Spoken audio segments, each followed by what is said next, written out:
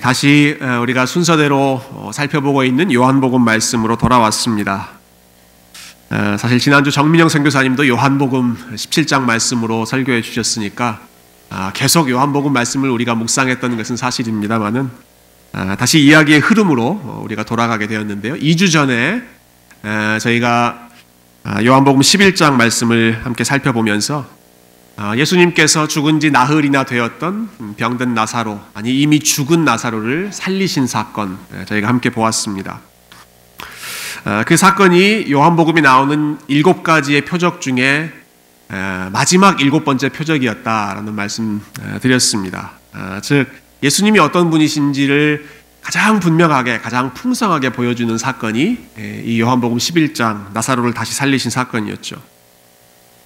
한편으로는 예수님께서 자기가 사랑하는 그 백성들, 그들의 고통을 외면하지 않으시고 찾아가셔서 그들과 함께 울어주셨던, 죽음 앞에서 애통해하는 그들과 함께 울어주셨던 인간적인 긍휼하신 예수님의 모습을 저희가 볼 수 있었고, 또 다른 한편으로는 그러나 거기서 끝나지 않고 죽은 나사로를 다시 살리심으로써 이분은 생명의 주인이시오 하나님이시다라고 하는 그리스도의 영광을 풍성하게 보여주셨습니다. 그래서 제가 설교를 마무리하면서 우리가 다른 건 다 잊어버리더라도 나사로의 이름은 잊어버리지 말자라고 말씀드렸는데 혹시 기억나십니까? 나사로 이름 뜻이 뭐라고 그랬죠? 나사로. 이게 나사로의 이름이다. 그리스도 안에서 우리가 있을 때 살아도 주를 위하여 살고 죽어도 주님의 부활의 능력을 힘입어 다시 사는, 우리는 언제나 살아있는 인생이다라고 하는 것, 나사로의 이름이, 그리고 그의 삶이 보여주고 있는 메시지였습니다. 자, 이렇게 엄청난 그리스도의 은혜와 사랑을 힘입은, 그리고 그 가족이 다시 살림을 입은 이 사람들이 그냥 가만히 있을 수 있겠습니까? 예수님께 감사하는 마음으로 잔치를 준비하기 시작합니다. 이것이 오늘 본문의 상황이죠. 자, 2절 보시면 오늘 본문 12장 2절 말씀에 거기서 예수를 위하여 잔치할세 마르다는 일을 하고 나사로는 예수와 함께 앉은 자 중에 있더라. 예수님을 위한 잔치가 준비되고 있습니다. 여러분, 잔치를 하면 빠져서는 안 되는 게 있죠. 뭐가 빠지면 안 됩니까? 음식이 빠지면 안 됩니다. 잔치는 음식입니다. 자, 이 음식을 누가 준비하고 있을까요? 마르다라는 이 여인이 또다시 부엌으로 들어가서 음식을 준비하고 있습니다. 성경을 보면 마르다라고 하는 이름은 언제나 음식을 준비하고 겸손히 부엌에서 섬기는 그러한 봉사의 자리에 마르다가 있었습니다.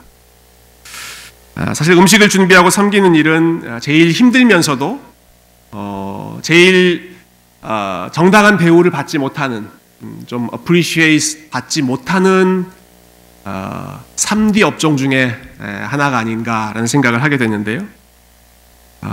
그런 면에서 볼 때 이런 어려운 일, 굳은 일을 한결같이 감당했던 마르다의 모습은 참 귀한 그런 섬김의 모범이죠.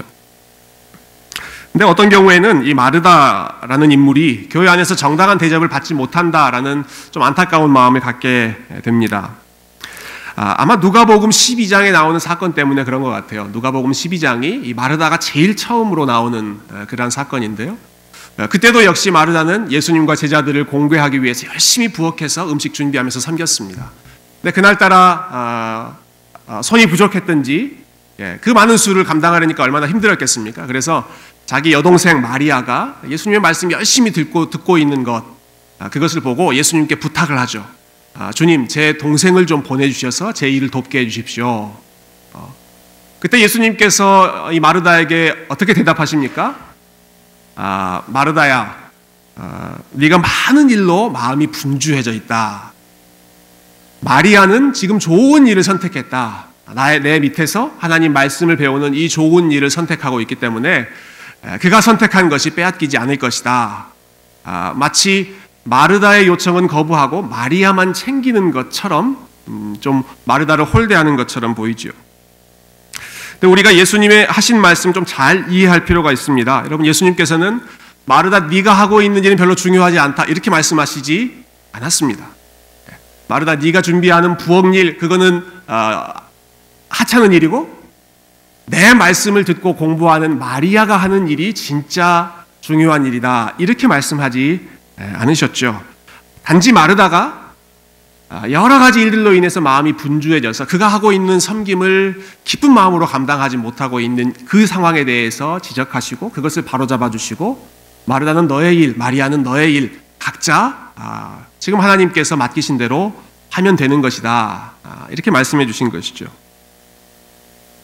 우리가 종종 이것을 이분법적으로 좀 잘못 이해해서 영적인 말씀, 영적인 양식인 하나님의 말씀을 가까이 하는 것은 굉장히 더 영적인 탁월한 일이고 육적인 일, 육신의 양식을 준비하는 일은 좀 덜한 일이다라고 생각하는 그러한 경향이 종종 있습니다. 그래서 마르다라는 인물을 생각할 때 이 마르다는 말씀은 가까이 하지 않고 그냥 일만 열심히 한 여인이다 이렇게 좀 오해하는 경우가 있는데요. 그렇지 않습니다. 여러분, 마르다는 말씀을 아주 잘 알았던 사람입니다. 말씀 배우는 일은 등한히 하고 그냥 음식 준비하는 일만 했던 사람이 아니라 굉장히 하나님의 말씀을 깊이 이해했던 사람인데요. 무엇을 보면 알 수 있는가? 여러분, 나사로가 죽었을 때 예수님께서 그 현장에 찾아오시죠. 제일 먼저 예수님을 맞이했던 사람이 마르다입니다. 근데 마르다와 예수님 사이에 대화하는 그런 내용을 보면 마르다가 고백하고 있는 내용들이 굉장히 깊이 있는 그런 내용을 말하고 있습니다. 11장 24절에 보면 마르다가 이렇게 이야기합니다.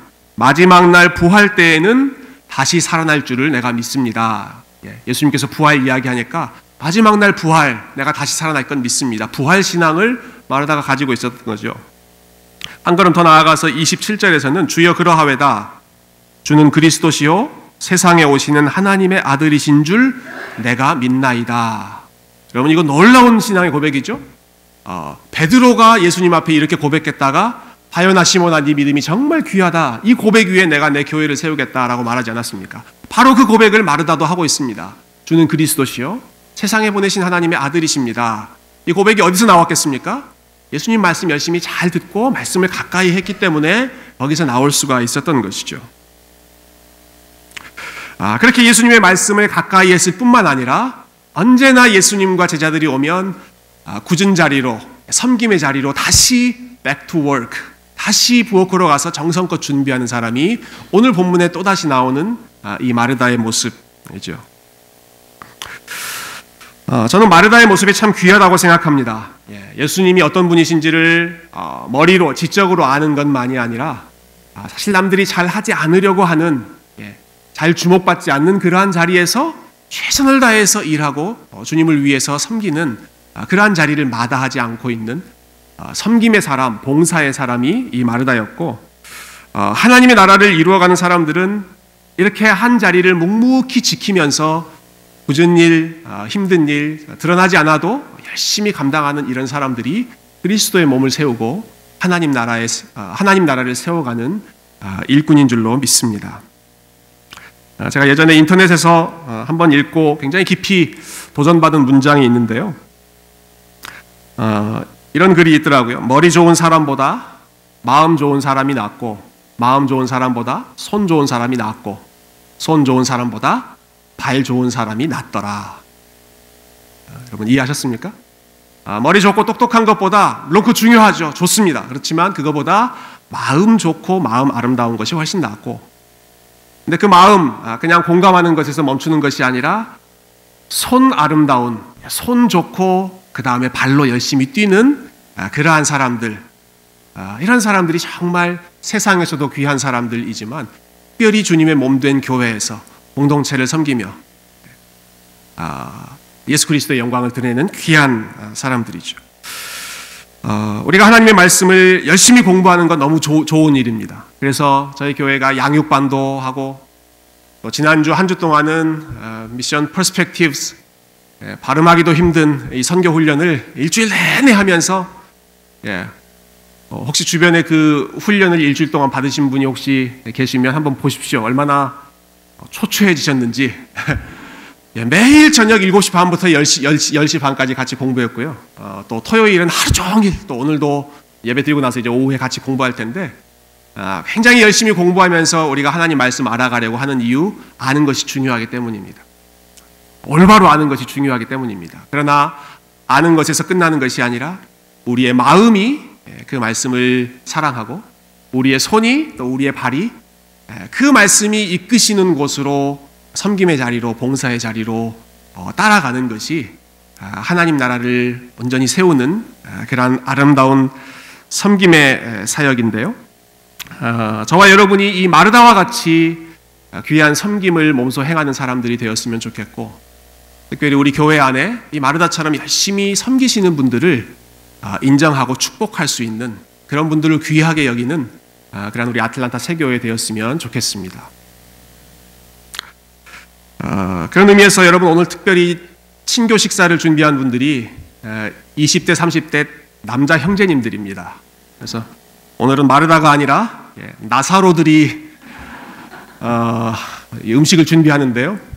여러분 격려해 주시고, 조금 평소보다 맛이 좀 떨어진다고 하더라도 고생하시는구나 이렇게 인정해 주시고, 근데 아침 일부 예배 먹었는데 굉장히 맛있었습니다. 여러분 걱정 마시고 안심하고 드시면 되겠습니다. 여러분, 이처럼 마르다가 예수님께 감사하는 마음으로 정성껏 음식을 준비하며 섬길 때 그 여동생인 마리아도 자기 나름대로 주님께 감사하고 싶은 마음을 준비하고 있었습니다. 우리가 잘 아는 스토리죠. 마리아는 지극히 비싼 향유를 손에 들고 가지고 와서 그것을 깨뜨려 예수님의 발에 붓고 자기 머리카락으로 예수님의 발을 정성껏 닦아드렸습니다. 이 향유의 값어치가 300데나리온이었다라고 말하죠. 한 사람이 1년 정도 일해야 벌 수 있는 1년 연봉에 해당하는 그러한 비싼 향유를 마리아가 깨뜨려서 예수님 앞에 단번에 쏟아부은 것이죠. 이렇게 비싼 향유를 예수님 앞에 드렸다라는 것도 참 도전입니다만은, 저는 더 중요한 부분은 이 마리아가 이 향유를 붓고 나서 어떻게 예수님을 섬기고 있는지, 어떻게 예수님을 높여드리고 있는지 하는 모습이 더 중요한 부분이라고 생각합니다. 자신의 머리카락으로 예수님의 발을 정성껏 씻고 있는 것이죠. 오늘 본문의 사건이 이 마태복음에도 나오고 마가복음에도 나옵니다. 이 복음서에 보면 이 여인이 예수님께 향유 옥합을 드리는 사건이 사실은 총 4번 나오는데요. 누가복음에 있는 사건이 한 사건이고, 이 마태복음, 마가복음, 요한복음에 있는 사건이 또 다른 한 묶음의 사건입니다. 우리가 성경 공부 시간이 아니니까 이 부분을 아주 자세하게 설명할 수는 없겠습니다만은, 그런데 이 마태복음과 마가복음에서 이 사건을 이야기하는 관점이 조금 다릅니다. 요한복음에서 이야기하는 순서나 이런 관점하고 조금 다른데요. 그래서 어떤 분들은 이게 두 가지 다른 사람이었다라고 말하기도 하지만, 저는 여러 가지 정황을 봤을 때 한 가지 사건을 두 가지 다른 각도에서 보여주고 있다, 그렇게 생각합니다. 한 가지 중요한 특징은 마태복음과 마가복음에서는 이 여인이 예수님의 머리에 기름을 부었다 이렇게 나옵니다. 근데 오늘 본문에서는 마리아가 예수님의 발에 기름을 부었다, 향유를 부었다라고 되어 있죠. 그래서 이거 서로 다른 것 아니냐, 다른 이야기 아니냐라고 말하는데요. 여러분, 마태복음과 마가복음에서 예수님 머리에 기름 부었다라고 하는 것은 머리에 기름 부음 받았던 사람들이 있죠. 구약시대 때 왕, 제사장, 선지자 이런 사람들은 기름 부음 받은 자, 메시아로서, 메시아를 예표하는 인물로서 항상 머리에 기름 부음을 받았습니다. 예수님이 그와 같은 왕으로, 제사장으로, 선지자로 우리의 메시아로 오셨다라고 하는 것을 머리에 기름 부은 것으로 표현하고 있는 것이고, 오늘 본문에서는 마리아가 예수님의 발에 기름을 부었습니다. 이것은 예수님의 발을 씻으면서까지 무릎 꿇고 예수님 앞에 철저히 낮아져서 섬기는 그런 한 여인의 겸손의 모습, 자기를 완전히 비워버리는 그러한 모습을 오늘 본문은 더 강조하고 있는 것이죠. 그러니까 이 두 가지 모습이 한 가지 사건이라고 한다면, 마리아는 아마 예수님의 머리부터 발끝까지 온 몸을 본인이 가지고 온 이제 영어 성경에 한 1파운드 정도 되었다라고 하는데요. 향유의 무게로는 적지 않은 무게죠. 그 풍성한 향유를 예수님의 머리부터 발끝까지 온통 좋은 냄새가 나도록, 그리고 그 결과 그 집 전체에 이 아름다운 향기가 가득하도록 향유를 쏟아부었고, 거기서 멈추지 않고 자신의 머리카락으로 예수님의 발을 정성껏 닦기 시작하는 것이죠. 본문에서 보는 이 마리아는 저는 좀 평소와는 다른 모습이라고 생각합니다. 왜냐하면 마리아는 이전에는 예수님과 굉장히 가까운 관계였고요. 굉장히 친근한 관계였고요. 예수님께 서슴없이 나아가서 말씀도 듣고 힘들 때는 예수님 앞에 나아가서 속상한 마음으로 마음껏 울기도 하는 굉장히 가까운 친밀한 그런 관계였다고 한다면, 오늘 마리아가 보여주는 모습은 예수님 앞에 선뜻 자유롭게 거침없이 나아가는 그러한 모습이 아니라 정말 마음을 조심해서 주님 앞에서 철저히 자기 자신을 낮추면서 예수님을 정성껏 섬기면서 높이는 종의 모습을 보여주고 있습니다. 특히 마리아가 자신의 머리카락으로 예수님의 발을 닦았다라고 하는 부분, 여러분 사도 바울이 고린도전서에서 이런 이런 가르침을 준 부분이 있죠. 긴 머리는 여인의 영광이다. 긴 머리는 여인의 영광이다. 당시의 문화에서 여인들이 가장 자랑하고 영광스럽게 생각했던 것이 머리카락이었습니다. 머리카락, 긴 머리. 그런데 마리아가 여인들이 일반적으로 가장 영광스럽게 생각하는 것을 예수님 앞에 풀어놓고 그것으로 인간의 몸에서 가장 냄새나는 부분이라고 할 수 있는 예수님의 발을 정성껏 씻어드림으로써 자신의 가장 귀한 것으로 예수님의 가장 험한 부분을 섬긴다. 가장 완전한 낮아짐과 겸손의 모습을 실천하고 있는 것이죠. 예수님이 어떤 분이신지를 알아가면 알아갈수록, 경험하면 경험할수록 아마 마리아는 점점 더 분명하게 깨달았던 것 같습니다. 이분은 내가 함부로 대할 수 있는 분이 아니구나. 내가 이전에는 이분 가까이에서 말씀도 듣고 응석도 부리고 그랬지만 이분은 하나님이시고 이분은 나의 주인이시고 내가 그분 앞에 철저히 무릎 꿇어야 하는, 나의 경배를 받으셔야 하는 분이시다. 그래서 자신이 자랑했던 것 완전히 주님 앞에 내려놓고, 자신이 소중하게 생각했던 향유도 완전히 다 주님 앞에 깨트려 놓고 주님 앞에 엎드려서 오직 예수 그리스도만 더 높임 받도록, 그분만 주목받을 수 있도록 완전히 높이는 참된 예배자의 모습을 마리아가 오늘 보여주고 있습니다. 참 귀한 모습이지 않습니까? 너무나 놀랍고 아름다운 모습이죠. 자기를 부인하고 자기를 희생하면서 예수님 높이고 있는 마리아의 섬김은 칭찬받아 마땅한 모습이고 격려해야 마땅한 모습인데, 그런데 오히려 마리아에게 들리는 소리는 그를 칭찬하는 목소리가 아니라 그를 비난하는 그러한 화살이 쏟아졌습니다. 그리고 마리아의 행동을 비난한 사람은 놀랍게도 예수님의 가장 가까이에서 따르면서 3년 동안 시간을 보냈던 제자들, 그 중에서도 가룟 유다라고 하는 사람이 마리아를 아주 가혹하게 비난하기 시작하죠. 혀를 쯧쯧하면서 가룟 유다가 화를 내기 시작합니다. 5절 말씀이죠. 이 향유를 어찌하여 300데나리온에 팔아 가난한 자들에게 주지 아니하였느냐. 왜 이 좋은 향유를 이렇게 허비해버리느냐라는 것이죠. 300데나리온에 팔아서 가난한 사람들 더 많이 도와줬다면 좋았을 텐데 왜 이것을 한순간에 이렇게 다 낭비해버리느냐, 한순간에 다 쏟아버리느냐. 이 향유가 300데나리온짜리였다라고 하는 것을 한눈에 알아본 사람 가룟 유다였습니다. 그는 항상 돈과 관련된 일을 했던 사람이기 때문에 어떤 물건이 어떤 값어치가 있는지를 제일 민감하게 파악했던 사람이었던 것으로 보입니다.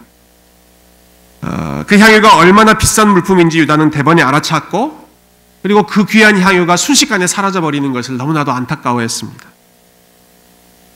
그러면서 얼핏 들으면 굉장히 의로운 것처럼 보이는 이유를 가지고 이 여인의 행동을 비판하죠. 이 귀한 것을 가난한 자들에게 주었다면 많은 사람들이 혜택을 얻었을 텐데, 여러분 혹시 비슷한 생각 하시는 분이 계시지 않습니까? 그거 다 쏟아버리지 말고 좀 남겼다가 더 좋은 일 했으면 더 좋았을 텐데. 근데 우리가 가룟 유다의 이 말을 잘 분별해서 이해해야 합니다. 유다가 이렇게 겉으로는 의로운 것처럼, 겉으로는 본인이 가난한 사람을 무척이나 생각하는 것처럼 말했지만 그것이 그의 속셈이 아니었죠. 오늘 본문을 기록한 사도 요한은 6절에 가룟 유다의 속셈이 무엇이었는지를 분명히 밝히고 있습니다. 이렇게 말함은 가난한 자들의 생각함이 아니요 그는 도둑이라 돈꾀를 맞고 거기 넣는 것을 훔쳐가미러라. 가룟 유다의 속셈은 결국 이것이었다라는 것이죠. 그 300데나리온 값어치가 도네이션으로 들어오면 결국 내가 관리할 것이고, 그러면 그거 내가 임의로 필요한 대로 혹은 나에게 쓱싹 쓸 수 있을 텐데 이것이 다 없어져 버리는 것이 가룟 유다는 못내 너무 아쉬웠던 것입니다. 이 유다의 모습을 볼 때 참 안타까운 마음이 듭니다. 여러분 3년 동안 예수님을 쫓아다닌 사람이었습니다. 예수님으로부터 수많은 설교를 들었던 사람이었고, 심지어는 얼마 전에 다른 많은 사람들과 함께 예수님께서 나사로를 다시 살리신 모습을 직접 목격했던 사람이 가룟 유다입니다. 그렇지만 가룟 유다의 시선, 가룟 유다의 관심은 예수님에게 있지 않았습니다. 끝까지 돈과 이 세상에서의 가치와 물건과 그리고 결국 자기 자신이 유익을 얻는 것에 가룟 유다의 마음은 머물러 있었던 것이죠. 향유 옥합이 얼마나 귀한 물품인지는 한눈에 파악했지만 정작 중요한 예수님이 얼마나 귀한 분이신지는 가룟 유다는 끝끝내 보지를 못했습니다. 유다에게 있어서 예수님의 가치는 그저 자기의 이상 혹은 자기의 신념을 실현해 주시는 도구이거나 아니면 자기의 배를 채워주시는 수단이거나 결국 예수님보다 자기 자신이 더 살아서 예수님 위에서 모든 것을 판단하려고 했던 것. 그 마음의 끝이 결국 예수님을 은 30에 팔아버렸던, 예수님보다 자기의 욕심이, 자기의 배가 더 중요했던 비참한 인생이었죠.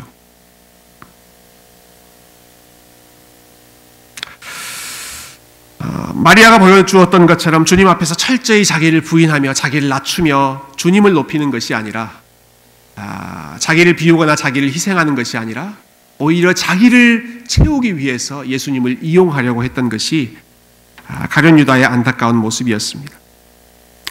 이렇게 가룟 유다가 흥분하고 또 분개하면서 소리를 지르고 있을 때, 그래서 마리아가 점점 코너로 몰리고 있을 때 예수님이 그 상황에 개입하십니다. 그리고 예수님께서 이 코너에 몰린 마리아를 변호해 주기 시작하십니다. 우리 7절 말씀을 한번 같이 읽어볼까요? 7절. 자, 7절 시작. 예수께서 이르시되 장래할 나를 위하여 그것을 간직하게 하라. Leave her alone. 마리아를 가만둬라. 마리아 괴롭히지 말아라. 마리아 지금 너무나 귀한 일 하고 있다. 칭찬받아 마땅한 일이지 유다 네가 책망할 일 아니다. 예수님께서 개입하시는 거죠. 그러니까 요한복음을 읽어나가면서 자주 봤던 예수님의 모습입니다. 사람들로부터 손가락질 비난받을 때 언제나 예수님께서 그들을 변호해 주시고 보호해 주셨던 모습 우리가 여러 차례 봤습니다. 가늠하는 현장에서 붙잡혀서 사람들이 그 여인을 향해 돌을 들어 치려고 했을 때 예수님께서 그 여인을 보호해 주셨습니다. 태어나면서부터 맹인되었던 사람, 그래서 모든 사람들이 그 청년을 보면서 부모의 죄 때문입니까? 이 사람의 죄 때문입니까? 죄인이라고 낙인 찍으며 바라보았던 그 사람을 향해서 예수님께서 아니다, 누구의 죄 때문도 아니고 하나님의 영광을 드러내기 위한 하나님의 계획이 있는 것이다. 그 청년의 입장을 예수님께서 변호해 주셨죠. 자기를 완전히 낮추면서까지 예수님을 섬기고 있는 이 마리아를 향해 가룟 유다가 또 제자들이 비아냥거리고 있을 때 예수님께서 다시 한번 마리아 편에 서주시고 마리아를 변호해 주시고 마리아를 인정해 주시는 그런 따뜻한 모습을 보여주셨습니다. 특히 예수님께서 이 마리아의 행동을 높이 평가한 이유는 단순히 예수님께서 이 마리아가 예수님 앞에 감사하는 마음을 표현했기 때문에 혹은 값비싼 향유를 바쳤기 때문이 아니었습니다. 더 본질적인 이유는 지금 마리아가 하고 있는 일이 앞으로 예수님께서 하실 일을 미리 보여주고 있는 일종의 예언과 같은 그러한 행동을 마리아가 하고 있기 때문입니다. 예수님께서 그렇게 말씀하시죠. 이 여인이 하고 있는 일은 나의 장례를 준비하는 것이다. 나의 죽음을 준비하는 것이다. 나의 죽음을 준비하고 있는 것이다. 여러분, 오늘 이 사건이 일어난 시간적인 배경이 6월절 즈음입니다. 6월절 일주일 전, 오늘 본문 1절에 보면 6월절 엿새 전, 그때부터 이야기가 시작됐는데요. 그러니까 일주일이 지나면 예수님은 유월절 어린 양으로서 십자가에 달려 죽으시는 그 일을 앞두고 있는 상황입니다. 예수님의 마음과 생각은 온통 일주일 후에 그분이 감당하셔야 할 십자가와 고난과 죽음으로 가득 차 있었습니다. 그래서 그 예루살렘으로 향하는 그 길을 걸어가실 때마다 제자들에게 몇 차례 가르치셨습니다. 인자가 고난받고 죽어야 할 일, 그러나 그 후에 다시 살아나실 일을 몇 차례, 세 차례나 걸쳐서 계속해서 예수님이 고난당하셔야 할 일들을 말씀해 주셨죠. 그렇지만 제자들 중 어느 누구도 그 말씀을 이해하지 못하고 있었습니다. 누구든지 나를 따라오려거든 자기 십자가를 지고 따라야 한다. 자기를 부인해야 한다. 그리고 너희들이 서로 섬겨야 한다.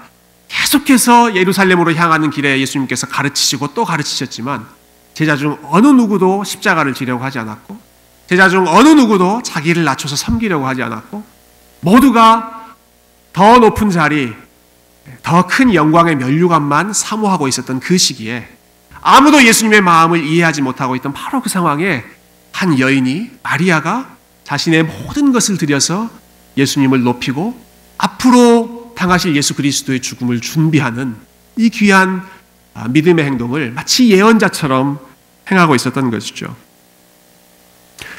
이후에 예수님은 마리아가 하셨던 일을 그대로 반복하십니다. 마리아가 예수님의 발을 씻었던 것처럼 다음 주 살펴볼 요한복음 13장으로 넘어가면 예수님께서 그 제자들의 발을 역시 겸손하게 주인이신 분이 스스로 종이 되셔서 제자들의 발을 씻어주십니다.